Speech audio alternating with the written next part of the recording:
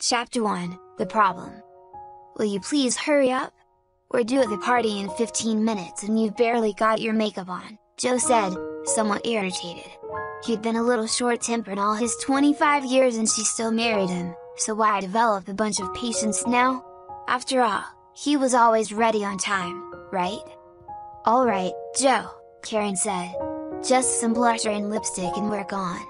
And a minute later, she was at the door waiting for him to open it for her, which he didn't, as usual, she thought.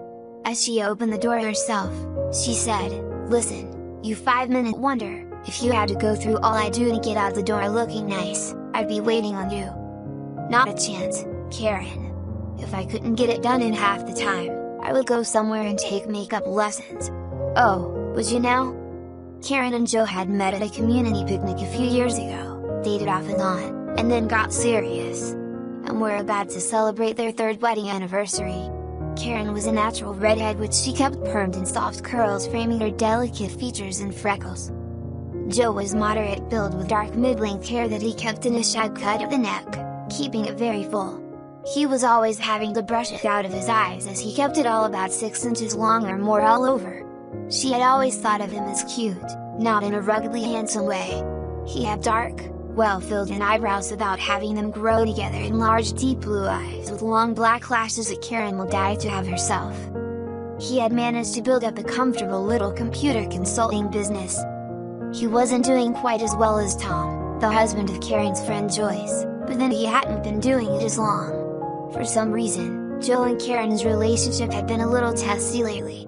Actually, he had been kind of a bear. He, of course, hadn't even noticed it, but Karen certainly had. She had chalked it up to the pressures of the job, but even at that, it was really beginning to get on her nerves, actually, more than just beginning. To herself she mused, "I just have to find a way to take the pressure off him and get him to mellow out. This is getting out of hand and I'm taking the brunt of it." "And what did you mean by that 5-minute wonder bit?" he said. "Oh, forget it," replied Karen.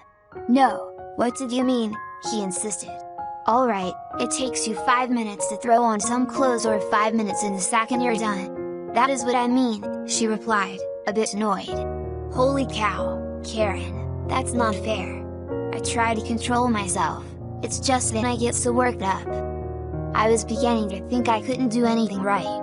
So, what you're telling me is that you'd really be willing to make some changes, like self-improvement, more foreplay, whatever?" "Yes, Karen. I really mean it. Believe me, Karen, if there was anything at all that I could do about that, I would. I really mean it. Anything." "Do you really mean that, Joe?" she said. "Yes, of course, I do. I'm not totally selfish like some guys, just a little over-anxious. You know that I want our loving to be satisfying to both of us." Not that Joe was all that manly, but he thought of himself that way, as so many do. He was really a bit inconsiderate and did lack some of the social graces preferred in men by their women. "Okay, Joe," she said, "maybe there is something that you can do. I've heard of some herbal remedies and other stuff. I'll look into it for you." "Great, Karen. Whatever it is, I'm willing to try anything once if it will make you happy." The next day, after Joyce got off work, she came to visit Karen. They only live a few blocks apart but didn't seem to get to see one another that often, at least over the last year or so.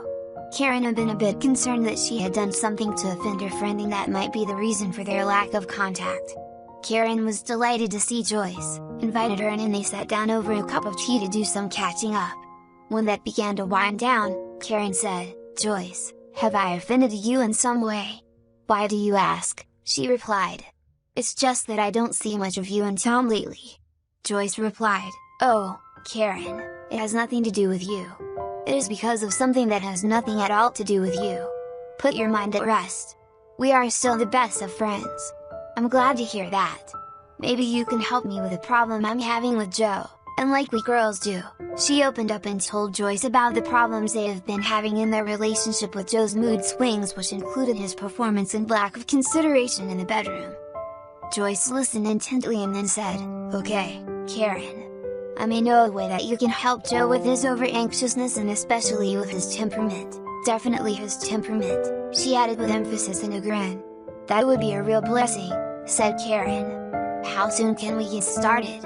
Joyce replied, I roomed with a gal in college who is now an MD. She has a practice across the bay.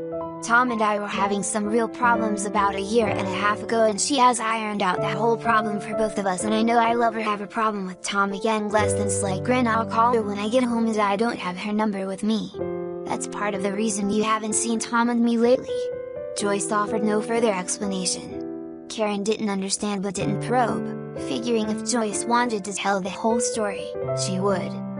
Sounds great, Joyce. Thanks. Well, I guess I should get home and help Tom with dinner, so I'll call you later, okay? Since when did Tom do the cooking at your house? Asked Karen. You'd be surprised at all the domestic skills he acquired after Barbara got him in therapy, but we can talk about this later. I really have to run. Bye. Karen waved through the open door. Chapter 2, Beginning the Solution. About 8 that night, the phone rang and it was Joyce. She said that what worked for Tom will probably do the same for Joe. Barbara is going to write you out what will look like 2 huge prescriptions, and you must follow the directions to the letter.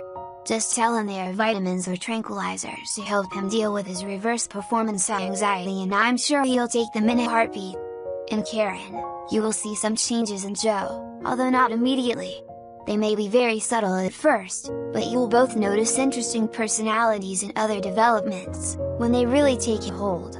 I hope you are pleased with the results. He should become a very mellow fellow.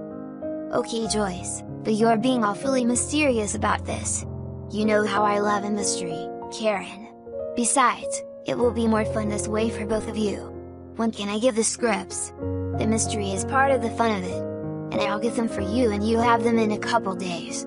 And, if you don't enjoy Joe's changes, just stop the pills. I just want to mellow him out, Joyce, and make him a little more appreciative about girl stuff. Just follow the directions and he will definitely acquire better appreciation for your side of things. They said their goodbyes, and Karen was feeling like there may be some light at the end of this moody tunnel of Joe's after all. She had read about how sometimes a chemical imbalance can cause mood swings, and was really hoping that whatever Joyce came up with would cure Joe and make him easier to live with. When Joe got home on Thursday, she had the prescriptions, 500 pills of one and 200 of the other. She put them in the pantry with the vitamins so that he wouldn't forget to take them. Karen told him that they were tranquilizers and that he has to take increased doses up to a point until they are both satisfied the desired effect has been reached. He was to start with 1 a day, then 2, 1 morning and night, and then 3, 1 morning and 2 in the evening, then 2 both morning and evening, until he gets used to them and so that they will not cause a sudden upset to his system. Joe was so pleased that Karen had found something to help him. He readily agreed to the program, taking 1 of each that evening.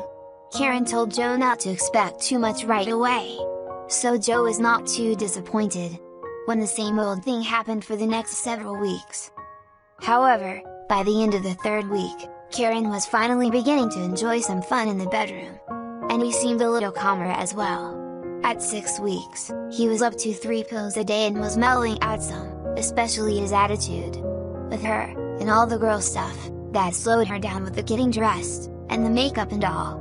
In fact, he had taken to just sitting there in the bedroom, watching her do her thing, and wondered how he could ever go through all that trying to look pretty. But, at least, he now understood from watching her and was patient with her. Man, being a girl takes a lot of time, he thought. I wonder if I would ever have that much patience, much less talent? How weird. Why am I even asking myself that question? Chapter 3, Part 1, Confusion. After they finished the fun part that night, he couldn't find his pajamas. They are in the wash. I should be able to get to it by tomorrow sometime, okay? She walked over to her closet and came back with her Victoria's Secret pajamas, maroon with pretty white piping around the edges, and held them up to him. Use this, honey. I'm sure that they will fit, and I know you don't like to sleep in the nude, or just your briefs. Those are girls' pajamas, Karen. Really? I hadn't noticed, she added with a little wink. And so who is going to see you, besides your ever-loving wife, from whom you have no secrets anyway? Her matching panties were rather plain but made of the silkiest nylon, nothing like the brushed nylon of his own. I don't think I should be doing this, he said. Take them. You may like them. There really isn't that much difference, is there? No, I guess not, except I'll have to sit to pee? Well, for heaven's sake, I should think that would be a relief, not having to stand there and worry about aiming. Giggle. Joe put pajamas on. He was in forbidden territory, and it was a bit of a turn on. Joe did notice that they buttoned the opposite way and the bottom seemed to be a little on the long side though. However, he soon fell asleep. The next morning, Joe got up for work and, still finding the feel of Karen's panties rather appealing, left them on after realizing that his were still in the wash anyway. He reminded himself he'd have to squat the rest of the day, but he still kept them on. She caught him before he pulled his pants up. "Honey, these are just for sleeping. These are for wearing," as she handed him a pair of regular mid-hip style satiny spandex. "Karen, I can't." "How much choice is there?" she countered. "You were going to wear the other ones, weren't you?" "Good point." "Okay," and he pulled them on, tucking himself in a little. The next night was a repeat performance with Karen apologizing about the laundry. She gave him a fresh pair of panties, that again matched the pajamas. He mentioned to her that the pajamas seemed a little long. She countered with, "Oh, well, you should really be wearing high-heeled mules, or regular high heels, for just lounging in those and they would hang just right. They make them a little long on purpose." He could see that she was in a playful mood and she was getting out her manicure kit. "Sit, Joe. Your feet need a little work. They're out of place in those pretty pajamas." "Karen, what are you doing?" "Giving you a nice pedicure? Now be still and just sit there." "Okay. What have I got to lose?" When she was done, he had very well groomed, snag-free but rosy toes. "Cute, Karen. And you expect me to leave this on?" "Sure. Why not?" And in the morning, there was also a repeat performance, except that Joe now mentioned to Karen that he was beginning to understand why she liked all this slinky stuff after spending another night in her pajamas. "Your slinky PJs really do feel good against my skin," he stated. "Well, if you really like them, Joe, we can get you your own. You know they make the very same thing for men now too, although I think it is a little heavier material." Joe replied, "I think I'll have to chew on that a while, and I'm not sure I'd want them heavier material anyway."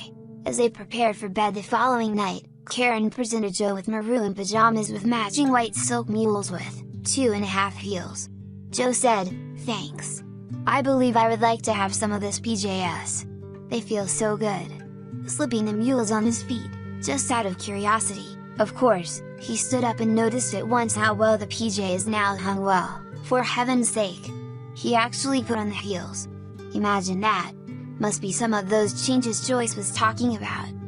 He walked cautiously over and looked at himself in the full-length mirror, walked cautiously over to the bed, and shucking his slippers, shook his head and crawled under the covers. It had now been 7 weeks since Joe began his tranquilizers.